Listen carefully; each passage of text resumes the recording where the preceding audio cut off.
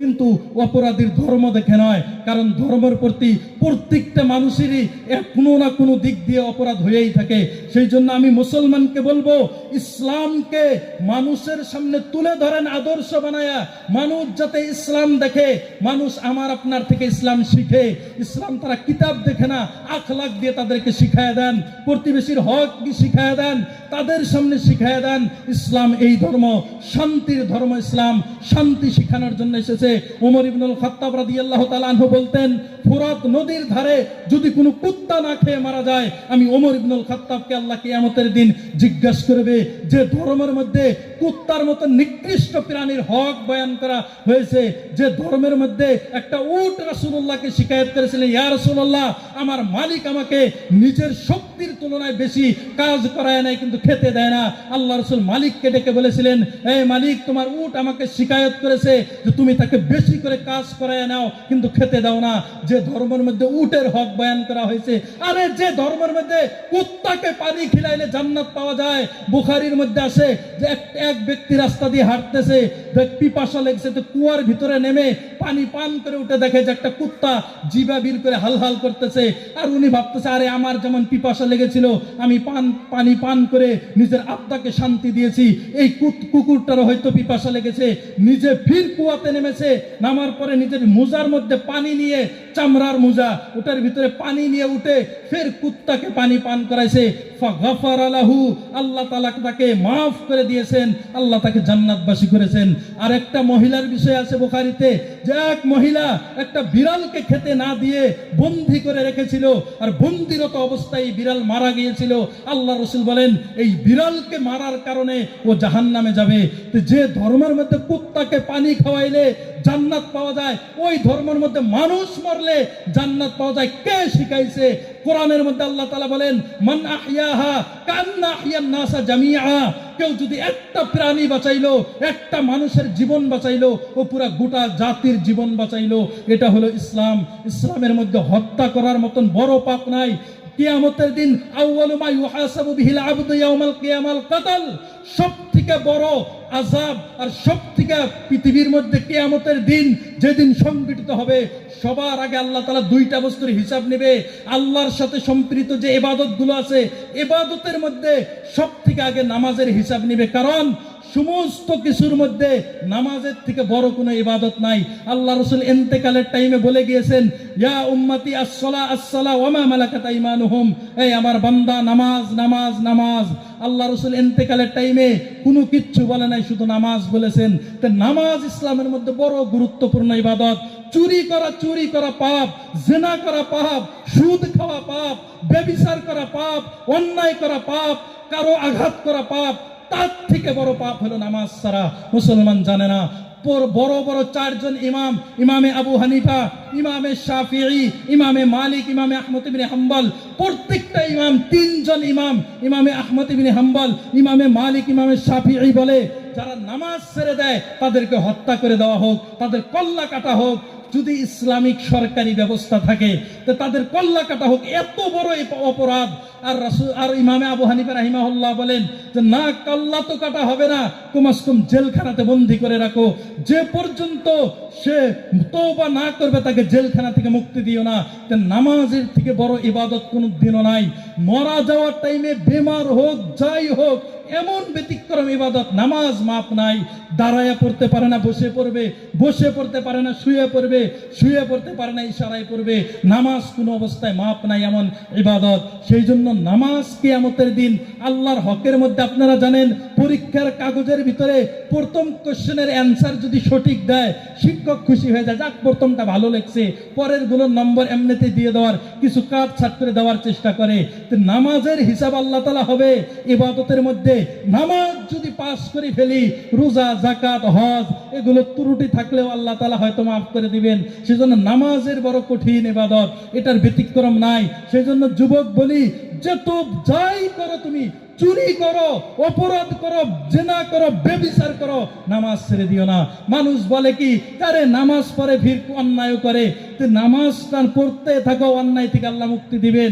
আল্লাহ তাআলা কোরআনে বলে ইন্নাস সালাতা তানহা আনিল ফাহশাই ওয়াল মুনকার, নিশ্চয় নামাজ অন্যায় থেকে এবং বেহায়াইয়ের কাজ থেকে মানুষকে নামাজ মুক্তি দেয়। তাই আমরা বলি তাহলে যারা নামাজ পড়ে তারা অন্যায় থেকে বাঁচে না কেন? নামাজ নামাজের মতো হয় না, নামাজ নামাজের মতো হয় না, সেই জন্য অন্যায় থেকে বাঁচে না।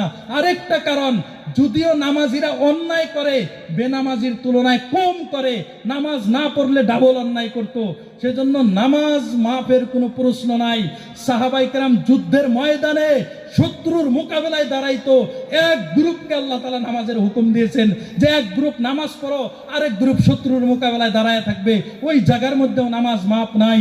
রাসূলুল্লাহ সাল্লাল্লাহু আলাইহি ওয়াসাল্লামের সাহাবী আলী রাদিয়াল্লাহু তাআলা আনহুর ঠ্যাংয়ে তীর ঢুকে গেছে, ওই অবস্থায় তিনি নামাজ পড়েছেন, নামাজ মাপ নাই। কোনো অবস্থাতে আল্লাহ রসুল চলতে পারে না, সাহাবায়ে কেরামের কাঁধের উপরে ভর দিয়ে মসজিদে নববীতে গিয়েছেন, তারপরেও তিনি নামাজ পড়ে উম্মতকে দেখাই দিয়েছে, উম্মত এই নামাজ তোমাকে মাফ নাই। সেই জন্য যুবক, যে ব্যক্তি নামাজ পড়ে না মুসলমান দাবি বেকার। যে ফজর পড়ে নাই, জোহর পড়ে নাই, এশা পড়ে নাই, ঘুমাও কেমনে?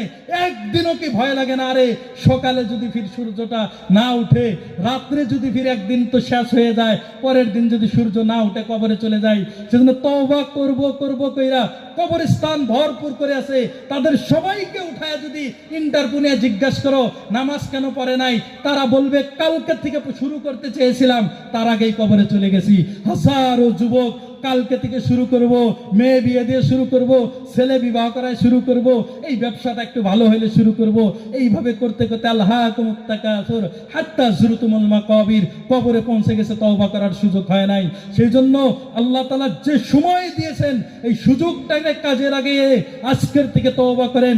যাই করি, যত অন্যায় করি, নামাজ যাতে না বাদ যায়। মা বোনদেরকে বলবো, বাড়ির সামান্য কাজের জন্য তারা নামাজ বেশি কাজা করে। মা বোন রোজা রাখার বড় ব্যস্ত, যদি 2 দিন মিলে একটা রোজা থাকতে বলেন তারা থেকে দিবে।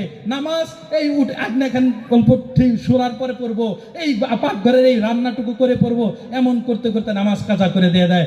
মা বোনদের জন্য নামাজ আউয়াল ওয়াক্ত পড়া ফরজ। সেজন্য আল্লাহ তাআলা নামাজের থেকে বড় কোনো ইবাদত রাখে নাই। বনি ইসরাইলে কোরআনের মধ্যে আল্লাহ তাআলা বলেন যে লা তা'তাদু ফিস সাবতি, যে তাদের আমাদের যেমন শুক্রবারের দিন দামি দিন, ওই দিনের মধ্যে আল্লাহ তাআলা একটা সময় আছে শুক্রবার 12টার দিকে আজান হওয়ার পরে বেচা কিনা আল্লাহ তাআলা বন্ধ করে দিয়ে। কেন মাকরু হয়? কেন? নামাজের জন্য নিজে রেডি হও, দামি দিন। এই দিন আমরা মাদ্রাসাও বন্ধ রাখি, কেন? নামাজের একটা তৈয়ারি। সাপ্তাহিক ঈদ বলে হাদিসের মধ্যে, দামি দিন সেই দিন, সেই জন্য শুক্রবারের দিন মুসলমানের দামি দিন। তদরূপ ইহুদিদের জন্য দামি দিন হলো শনিবারের দিন, তারা খুব দামি দিন মনে করে শনিবারের দিনকে। তাই আল্লাহ তাআলা পরীক্ষার জন্য তাদেরকে বলেছিলেন। আর ইহুদিরা ছিল সমুদ্রের পাশের লোক, জর্ডানের মধ্যে ডেড সি, নীল সমুদ্র, যত দরিয়া আছে ওই দিকে পশ্চিম দিকে, এই সমুদ্রগুলোর পারে তারা বসবাস করত। বনি ইসরাইল যাদেরকে ইহুদি বলে, এই বনি ইসরাইলের মাছ ধরার বড় নেশা ছিল, তারা সাপ্তাহিক মাছ মারত। আল্লাহ তাআলা পরীক্ষার জন্য তাদেরকে হুকুম দিয়েছেন পুরো সপ্তাহ মাছ মারবা, শুধু শনিবারের দিন মারবা না। তারা কি করে? শনিবারের দিন মাছ ধরে না, শনিবারের দিন যায় জাল রেখে আসে, রোববারের দিন যায় মাছ ধরে। তা আল্লাহ তাআলা এই অপরাধের কারণে কোরআনে বলেন কুনু কিরাদাতান খাসিন, সমস্ত বনি ইসরাইলকে আল্লাহ তাআলা বাদর আর শুকর বানিয়ে দিয়েছিলেন, শুয়োরের আকৃতি হয়েছিলেন। আল্লাহ রাসূল সাল্লাল্লাহু আলাইহি সাল্লাম দোয়া করেছেন, আল্লাহ আমার উম্মতের এই চেহারার আকৃতি যাতে বদলে না যায়, আর আমার উম্মত যাতে মাটির মধ্যে ধসে না যায়, মাটির মধ্যে গেড়ে না যায়, এই 2টা আযাব আমার উম্মতের উপরে দিও না। সেই জন্য এই উম্মতের উপরে আসে না। বনি ইসরাইল শুধু মাছ মারতে নিষেধ করেছিল, তাদেরকে আল্লাহ তাআলা বান্দর আর শুকর বানিয়ে দিয়েছেন। যে উম্মত ফজর পড়ে না, যে উম্মত জোহর পড়ে না, আসর পড়ে না, মাগরিব পড়ে না, এশা পড়ে না, হাসি তামাশা ফুর্তিতে দিন কাটায়, একবারের জন্য খেয়াল আসে না, আরে দুনিয়ার রং তামাশা বেশি দিন নাই, বেশি দিন এই রং তামাশা থাকে না। আর দুনিয়ার যারা ব্যস্ততার মধ্যে পড়ে আছেন তাদেরকেও বলি, এটা এমন ব্যস্ততা, এটা কোনোদিনও শেষ হবে না। যেদিন মারা যাবেন ওই দিনও বাড়ির দেখবেন যে শিকল একটা ভাঙা, যেদিন মারা যাবেন ওই দিনও বাড়ির দেখবেন তেল নাই, লবণ নাই, যেদিন মারা যাবেন ওই দিনও বাড়ির হলুদ নাই, টিনগুলো জং ধরা। এই বাড়ির সংসার সংসারের এই অসম্পূর্ণ সংসার অসম্পূর্ণই থেকে যাবে, শুধু আপনি আমি কবরে চলে যাব। এই সংসারের পিছনে নিজের এই সময়টাকে আল্লাহ রাসূল বলেন, আমার উম্মতি মা বাইনা সিত্তিন ইলা সাবঈন, আমার উম্মতের স্বাভাবিক বয়স হবে 60 থেকে 70। এই 60-70 বছর বয়সের এমন জীবন দিনের মাথার ভিতরে এমন বড় বড় আশা বেঁধে রেখেছে, লাউ কানা লি ইবনে আদম ওয়াদিয়ান মিন যাহাবিন, যদি বনি আদমের 2টা জঙ্গল দেওয়া হয় সোনা দিয়ে ভর্তি, ও লা আহাব্বু আইয়াকুনা সালিস, ও চাবে জর্দানে আরেকটা দেয়। এই লোভ কোনো সময় সামাল দিবে না যে পর্যন্ত কবরের মাটি উপরে না পড়বে। এই দুনিয়া এমন নাম, এটা কোনো দিনও এর আশা শেষ হবে না। আল্লাহ রাসূল হাদিসের মধ্যে বলেন যে ইয়াসুব্বু ফিহি ইসনান, ইয়াকবুরুর রাজুল ওয়া ইয়াসুব্বু ফিহি ইসনান, মানুষ বিরুদ্ধ হয় 2টা বস্তু তার ভিতরে জোয়ান হয়। একটা হলো আল হুব্বু ফিল মাল ওয়াল হিরসু ফিল উমর, একটা হলো মালের মধ্যে মহব্বত। যত বিরুদ্ধ হবে, বয়স হবে, টাকা পয়সার দরকার নাই, নিজেও জানে আমার 60 হয়েছে, 70 উর্ধে আর 5 বছর আছি, উর্ধে আর 7 বছর আছি, কিন্তু দেখবেন এত টেনশন, ছেলে মেয়েকে বলবে এই জমি ঠিক করো, ওই জমির সাথে তোমার চাষার জমি যাতে নিতে না পারে, বাড়ির এই ভাঙা বাড়িটা ঠিক করো, এখানে ছাদ ডালো, এটা করো ওটা করো, এত ব্যস্ততা কেন? অথচ তো ভিতরে কবরের টেনশন আসা দরকার, আসবে না। সেই জন্য যুবক যারা আছে তাদেরকে বলি, এটা ভুল ধারণা যে বয়স হইলে বা দুনিয়ার মহব্বত থাকবে না, এখন তামাশা করে নেই, ভুল। জুয়ান কালের যেমন ইবাদত করাও কঠিন, জুয়ান কালের ইবাদত আল্লাহর কাছে প্রিয় বেশি। আল্লাহ রাসূল হাদিসের মধ্যে বলেন, সাবাতুন ইউযিল্লুহুমুল্লাহু ফি জিল্লিহি ইয়াউমুন লা জিল্লা ইল্লা জিল্লুহু, যে কিয়ামতের দিন যেদিন সূর্য 1 মাইল 2 মাইল উপরে থাকবে, মাথার মস্তক পর্যন্ত গলে গলে পড়বে, এমন অবস্থা হবে। ওই দিন আল্লাহ তাআলা কিছু লোক 7 শ্রেণীর মানুষকে তার আরশের নিচে ছায়া দিবে, তার মধ্যে একজন হলো ওই যুবক আশাবুন নাশআ ফি ইবাদাতিল্লাহি তাআলা, ওই যুবক যে জুয়ান কালে আল্লাহর ইবাদতের দিকে ধাবিত হয়েছে। জুয়ান কালের ইবাদতের আল্লাহর কাছে খুব দামি। বুড়া হইলে শরীরের শক্তি যেমন দুর্বল হয়, গুনার প্রতি যে আকর্ষণ হব এটার থেকে ফিরিয়ে আনাও কঠিন হয়। জুয়ান কালে গুনার প্রতি আকর্ষণ যেমন বাড়ে, ফিরিয়ে আনার জন্য কঠোরতাও তেমন শক্তি হয়। যেমন রোগ প্রতিরোধ করা জুয়ান কালে যদি বেমার হয়, প্রতিরোধ করার মতন ক্ষমতাও বেশি থাকে। বুড়া বয়সে যদি জ্বর হয়, জ্বর ঠিক হয় না কেন? শরীরের ভিতরে যে রোগ প্রতিরোধ ক্ষমতা এটা কমে যায়। জুয়ান কালে রোগ প্রতিরোধ করার ক্ষমতা বাড়ে, জ্বর হইলে কেয়ার করে না, জ্বরের ভিতরেই কাম করতেছে, জ্বরের ভিতরেই টোটো চালাইতেছে, সব করতেছে। কেন? জুয়ান কালের পাওয়ার আলাদা। জুয়ান কালে গুনার দিকে যেমন আকর্ষণ হয়, যে হ্যাপি নিউ ইয়ার মানাই ডিজে বাজাইয়া, জুয়ান কালে মন চায় যে ন্যাংটা সিনেমা দেখি, ন্যাংটা সিনেমা পুরন ভিডিও দেখে রাত কাটাই, যেমন নিজের ভিতরে আকর্ষণ হয় ওইভাবেই যদি ফিরে আসো, আল্লাহ তাআলা শান্তি ওইভাবে দেয়, আল্লাহ তাআলা ফিরার মতন ক্ষমতা দেয়। আর ইবাদতের মধ্যে আল্লাহ তাআলা এমন শান্তি রেখেছে, পৃথিবীর কোথাও এমন শান্তি রাখে নাই। কেউ বলবেন কেমনে ইবাদতের ভিতরে শান্তি হয়? একটা উদাহরণ দিয়ে আপনাকে বলি, ইবাদতের শান্তি কেমন শান্তি এটা বলি। আচ্ছা, ফুচকা চিনেন না? ফুচকা খায় মেয়েরা, খায় ছেলেরা, খায়। প্রিয় খাবার বর্তমানের যুগের একটা, তার নাম হলো ফুচকা। এটা খুব ঝাল দিয়ে খাইতে সবাই পছন্দ করে। তো একজন ফুচকা খাইতেছে, খুব ঝাল লাগতেছে, কান দিতেছে, নাক দিয়ে চোখ দিয়ে পানি পড়তেছে। দূর থেকে যদি একজন চাচা যদি তাকায়া দেখে আর বলে, আরে ছেলেটা কত কষ্ট করতেছে, এই ফুচকাওয়ালা ছেলেটাকে কত কষ্ট দিতেছে, চোখ দিয়ে পানি পড়তেছে, নাক দিয়ে পানি পড়তেছে, এই ফুচকাওয়ালাকে যায় ধমক দাও। যায় যদি ছেলেটাকে ধমক দেয়, আরে তুমি এত কষ্ট করতেছো, ফুচকাওয়ালাকে যদি বলে তুই কেন এত কষ্ট দিতেছেন, কি বলবে ফুচকাওয়ালা? যে ফুচকা খাইতেছে ও বলবে কষ্টর মধ্যে আমার ভালো লাগতেছে, এই কষ্টর মধ্যে আমার তৃপ্তি লাগতেছে। এই ঝাল কষ্টের ঝাল না, এই চোখের পানি এটা কষ্টের চোখের পানি না, এটা সুখের চোখের পানি।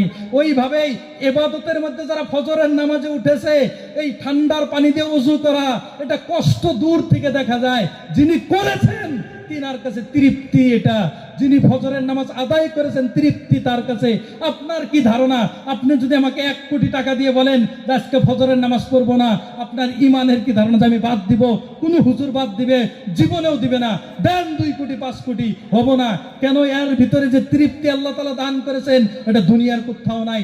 যে করে সে বুঝে, যে করেই না সে কেমনে বুঝবে?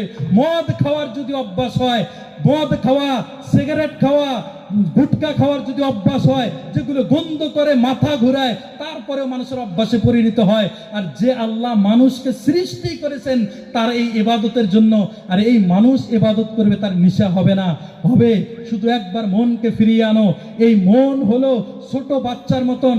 ছোট বাচ্চাকে যদি দুধ থেকে কষ্ট করে না ছাড়াও, ওই বাচ্চা বুড়া হবে, তাও দুধ ছাড়বে না, মায়ের দুধ খাইতেই থাকবে। জোর করে ছাড়াইতে হবে, জানা 2 বছর হয়েছে আর দুধ খাইতে দেওয়া যাবে না, একে এখন খানা খাওয়াইতে হবে। ছেলে কান্না করলেও খাওয়াইতে হবে, ছেলে না চাইলেও খাওয়াইতে হবে। এমনকি মায়ের স্তনের মধ্যে কেউ কেউ নিমের পাতা ভরায় রাখে যাতে তিতা লাগে, তারপরেও বাচ্চাকে দুধ ছাড়ায়, অথচ বাচ্চা খেতে চায়। নিজের মনটাও এমন, মন চাবো যে খারাপ কাজ করি, মন চাবো যে এটা করি, একবার মনকে ফিরাইয়া দাও, এই মন আর ওই দিকে যাবে না। মন এমনই, গুনার রাস্তা এমন যে চুলকানি বিমানের মতন, চুলকাইলে ভালো লাগে, অল্প পরে ঝালায়। তো গুনার রাস্তা এমন, সারা জিন্দেগি গুনাহ করবা ফুর্তিতে, নিজের মনের চাহিদা মেটানোর জন্য। যখন মরণের বিছানায় ঢলে পড়বা, তখন 1000 বার তওবা। ইন্নাল্লাহা লা ইয়াকবালু তাওবাতা মা লাম ইউগারগির, ইন্নাল্লাহা ইয়াকবালু তাওবাতা মা লাম ইউগারগির। মরণের বিছানায় পড়ার পরে আল্লাহ তওবা কবুল করে না, যে পর্যন্ত জুয়ানকালে যদি তওবা করো। সেই জন্য বলি, নিজের এই জীবনকে গুনার রাস্তা থেকে একবার ফিরে আসো। পাকিস্তানের বড় ক্রিকেটার সাইদ আনোয়ার নাম, বর্তমান যদি তার আকৃতি দেখেন, বড় পাগড়ি, এই সোজা দাড়ি, অথচ নামি দামি ব্যাটসম্যান ছিল ক্রিকেটের যুগে সাইদ আনোয়ার। বর্তমান তিনি বলেন যে আমার একটা যুগ আমি ক্রিকেট খেলায় ধ্বংস করছি, আমার কোনো কাজে দেয় নাই। আচ্ছা, আমরা ক্রিকেটের জন্য পাগল, যে বড় বিরাট কোহলির কেরিয়ার, বড় বড় সচিন টেন্ডুলকারের কেরিয়ার, নামি দামি কেরিয়ার, আরে বলে আমি জীবন ধ্বংস করেছি ক্রিকেট খেলায়। সাইদ আনোয়ার বলেন, সাইদ আনোয়ার একটা সময় তবলিগের কাজে শ্রীলঙ্কা গিয়েছিল, আর শ্রীলঙ্কার একজন বলার আছে বিখ্যাত, নাম হলো মুতাইয়া মুরলীধরন। ও হলো মানে বুদ্ধ ধর্মের লোক।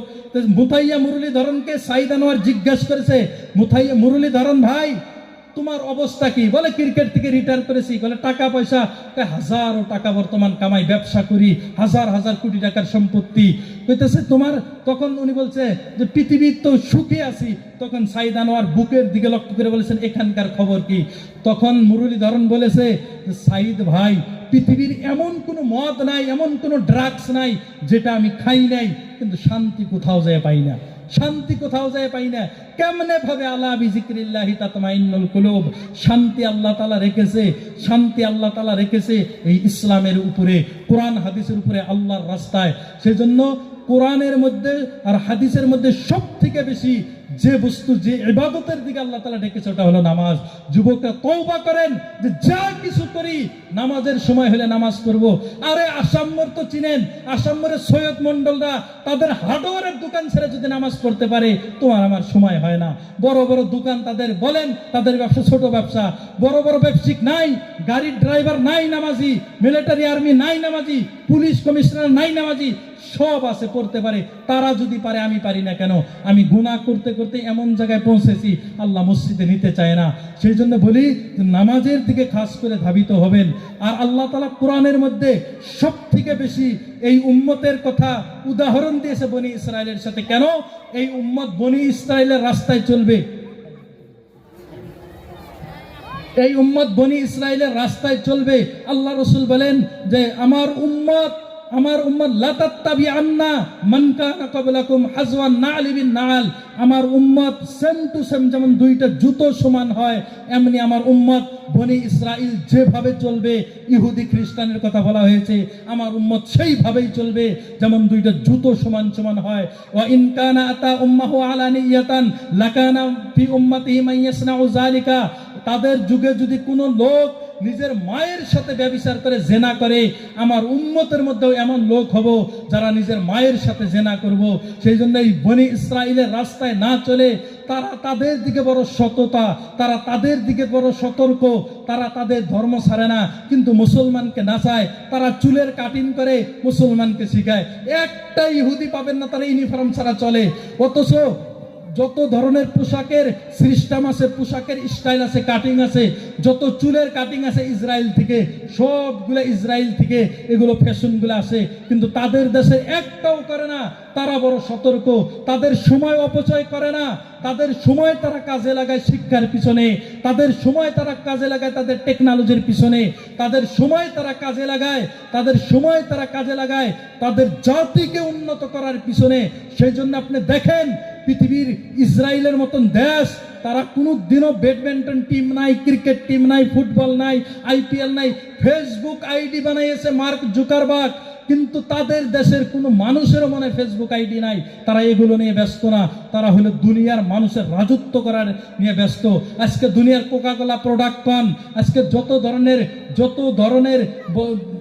ধরনের এই যে মানে সার্ফ আছে, যত মানে ক্রিম ট্রিম যেগুলো আছে, এগুলো সব কিছু প্রোডাক্টের মেন কারিগর হলো ইসরায়েল। ইসরায়েলরা তারা ব্যবসার মধ্যে 1903 সনে ইসরায়েলের ইহুদিরা নানান জায়গায় চারোপাশে ছড়া ছিল, তাদের কোনো রাষ্ট্র ছিল না, তাদের কোনো একত্রিত হওয়ার কোনো সুযোগই ছিল না। হার্সাল নামের একটা লোক সুইজারল্যান্ডের মধ্যে একটা কনফারেন্স করেছিলেন ইহুদিদেরকে ডেকে, আর বলেছিলেন ইহুদি জাতি যদি উন্নত করতে চাও, দুনিয়ার মধ্যে যদি রাজত্ব করতে চাও, তোমাদেরকে দুইটা বস্তু খেয়াল করতে হবে। একটা হলো শিক্ষার পিছনে নিজের শ্রমকে, শিক্ষার পিছনে নিজের অর্থকে ব্যয় করতে হবে, আরেকটা হলো তোমাদেরকে একজোট হতে হবে। সেই জন্য আজকে ইহুদিরা একজোট, তাদের শিক্ষার পিছনে এতটা অর্থ তারা ব্যয় করে, সে যত প্রোডাক্ট আছে পৃথিবীর ইন্টারন্যাশনাল ব্যাংকিং সিস্টেম আছে সব কিছু তাদের আন্ডারে। অথচ দেশ শুধু 80 লাখ মানুষের একটা দেশ, আর 250 কোটি মুসলমান। তেলের খনি, হীরা মানিক মুক্তা সব মুসলমানের হাতে। মুসলমানের হাতে আরব আমিরাত, দুবাই, কুয়েত, সৌদি, যত বড় বড় নামি দামি স্বর্ণ সম্পদের দেশ আছে মুসলমানের হাতে, কিন্তু মুসলমানের কোনো কিচ্ছু নাই। আমরা টাকা পেয়েছি, আমাদের টাকা ব্যয় হয় তাজমহল বানানোর পিছনে, আমাদের টাকা ব্যয় হয় বুর্জ খলিফা বানানোর পিছনে। একটা ইসলামিক ইউনিভার্সিটি শিক্ষার পিছনে আমরা টাকা ব্যয় করি না। টাকা ব্যয় করে নিজের বাড়ি ঘর বিল্ডিং বালাখানার ভিতরে। মনে রাখেন, যদি বিল্ডিং বালাখানার ভিতরে বাড়ি ঘর করে রাখেন আর ছেলে মেয়েকে সুশিক্ষা শিক্ষিত না দেন, সমাজ হবে চোরের সমাজ, সমাজ হবে দুর্নীতির সমাজ, সমাজ হবে ডাকাতের সমাজ। বিল্ডিং বালাখানা থাকবে, মানুষ থাকবে না, জানোয়ার বসবাস করবে। আর শিক্ষার পিছনে ন্যায়পরায়ণ শিক্ষা দিবেন, ইমানি শিক্ষা যদি দিতে পারেন, মানুষ 1000 কিলোমিটার চলবে, চোরের ভয় থাকবে না, ডাকাতের ভয় থাকবে না, তাদের ভিতরে কোনো সিসিটিভির দরকার পড়বে না, মিলিটারি আর্মির দরকার পড়বে না। তাদের ভিতরে ঈমান ভরিয়ে দেন, সততা ভরিয়ে দেন, তারা এমনিতেই সততা মানুষ হবে। আজকে পৃথিবীর মধ্যে যতগুলো কোম্পানি আছে, মেড ইন জাপান যেটা লেখা থাকে ওটা চোখ বন্ধ করে নেয়, আর মেড ইন চায়না লেখা থাকলে মানুষ মনে করে এটার গ্যারান্টি নাই। মেড ইন জাপান কেন? তাদের দেশের মানুষ এতটা সততা, তাদের দেশের মধ্যে সবজির দোকান খোলা আছে, সিসিটিভিও নাই, কিচ্ছু নাই, মানুষ টাকা রেখে দিবে, সবজিতে দাম লেখা আছে, সবজি ওই যে কয় কেজি নিবে ওই কয় কেজি নিয়ে চলে যাবে, টাকা রেখে দিবে, এতটা সততা। জাপানের মানুষ, জাপানের সরকার গ্যারান্টি দেয় যে জাপানের ভিতরে আপনি যদি 10 কিলোমিটারও স্যান্ডেল ছাড়া হাঁটেন, পায়ের মধ্যে যদি এক পরিমাণ যদি বালা লাগে, মাটি লাগে, আমি জাপান সরকার বললাম এটা আমার দুর্নীতি। সারা 10 কিলোমিটার হাঁটলে পায়ের মধ্যে কি লাগবে না? মাটি লাগবে না। তাহলে কতটা উন্নত তারা করেছেন, আমাদের দেশে লাগবে না? এমনকি যে বিল্ডিং বানাইছেন, ওই বিল্ডিং এর কোনা মধ্যে দেখেন কুত্তাও অতবার পেশাব করে নাই, গুটকালা যতবার থুকছে ওই জায়গার মধ্যে। সব জায়গার মধ্যে পরিষ্কার পরিচ্ছন্নতার পিছনে পাগল। আর যে যাকে যত ঠকাইতে পারবে মনে করবে ও বেশি সততা। যদি দোকানদার ভুলে 100 টাকা নোট দিছে, আইসে খুশি, আজকে 100 টাকা জিতেছি, কারণ সততা নাই, তো নাই সততা। টোটোওয়ালার কাছেও যদি 10 টাকা সততা ঠকায়, মনে করে আমি জিতে গেছি বহুত কিছু। যে দেশের মানুষ 10 টাকার লোভ যাদের ভিতরে সামাল হয় না, এই দেশের মানুষ উন্নত করবে। যে দেশের ভিতরে এতটুকু সততা নাই, তা আমরা ইসলাম যদি মানি, এটা সব দিক দিয়ে মানবেন। ওমর ইবনুল খাত্তাব রাদিয়াল্লাহু তাআলা বাজারে গিয়েছেন, আর বাজারে যায় দেখতেন একদিন তাকে বাজারের মধ্যে গম বিক্রি করেছেন, আর উপরের গম শুকনা, নিচের গমের ভিতরে পানি দেওয়া ভিজা গম। তখন ওমর ইবনুল খাত্তাব বললেন, এরকম কেন, নিচের গম ভিজা উপরের গম কেন শুকনা? তখন বলল, হুজুর গম আনতে আনতে বৃষ্টি হয়েছে, উপরের গমের ভিতরে বৃষ্টির পানি পেয়েছিল কিন্তু রোদ পেয়ে ফির শুকিয়ে গেছে। তখন ওমর ইবনুল খাত্তাব বলেন, মান গাশশা ফালাইসা মিন্না, কেউ যদি ধোঁকা দেয় সে আবার উম্মতের ভিতরে পড়ে না। তো এই উম্মতের মধ্যে ধোঁকা দিলে আমার উম্মতের ভিতরে পড়ে না। তো উপরে এই উম্মত বিক্রি করবা, বাজারে গেলে, বাজারে যখন কোনো সবজি কিনবে তখন দেখবে উপরে বড় বড় আলু, নিচে ছোট আলু, উপরে ভুট্টা দিলে ভালোটা, নিচে খারাপটা, সব জায়গার ভিতরে দুর্নীতি, এমন দুর্নীতির সততা। আর বাজার দিয়ে ঘুরবে, পকেটের ভিতরে সুদের টাকা, হারাম টাকা, ঘুষের টাকা, নিজের ভাই বোনের আত্মীয় স্বজনের জমি মারা টাকা, আরেকজনের আইল কেটে নিজের জমিতে ধান আবাদ করা টাকা, সব হারাম টাকা, লটারির জুয়া খেলার টাকা। আর আমাদের দেশের ভুটান লটারি মনে করে হালাল, একদম গু খাওয়ার মতন হারাম। এই হারাম টাকা পকেটে নিয়ে বাজার দিয়ে ঘুরবে। হালাল চিকেন কোথায় পাওয়া যায়? হালাল চিকেন কোথায় পাওয়া যায়? আরে পকেটের টাকা হারাম, পরনের পোশাক হারাম, ঠকাই না টাকা, জমি ঠকাই না, বোনের হক মারা জমি, বাবা মারা গেছে 20 বছর হয় বোনের ভাগ দেয় নাই, এগুলো সব নিয়ে সে ইসলাম প্রচারের পিছনে চলে। সেই জন্য ইসলামের পিছনে শুধু নামাজ রোজা এগুলোকে মুসলমান বানিয়েছি। সাহাবায়ে কেরাম ইসলাম মিলতে তারা বুঝতো এক আল্লাহকে স্বীকার করার পরে আমার দ্বারাই কোন জাতির উপকার হবে, এটার নাম হলো ইসলাম। তারা আল্লামা মিজ্জি রাহিমাহুল্লাহ, ওনার যুগের মধ্যে শাইখুল ইসলাম ছিলেন উনি। তখনকার যুগে মুলকে শাম দেশের ঘটনা উনি ওনার কিতাবে লিখেছে। মুলকে শাম দেশের মানুষ এতটা মানুষের প্রতি দয়াবান ছিল যে মুলকে শাম দেশের ভিতরে মানুষ দান করতে করতে দানের মধ্যে দেশের সরকার পর্যন্ত নোটিশ লাগাই দিয়েছেন যে মানুষ সরকারি অর্ডার ছাড়া কেউ দান করতে পারবে না। সরকার যে পর্যন্ত অর্ডার না দিবে মানুষ দান করবে না। মানুষ মানুষের প্রতি এতটা দয়াবান ছিল।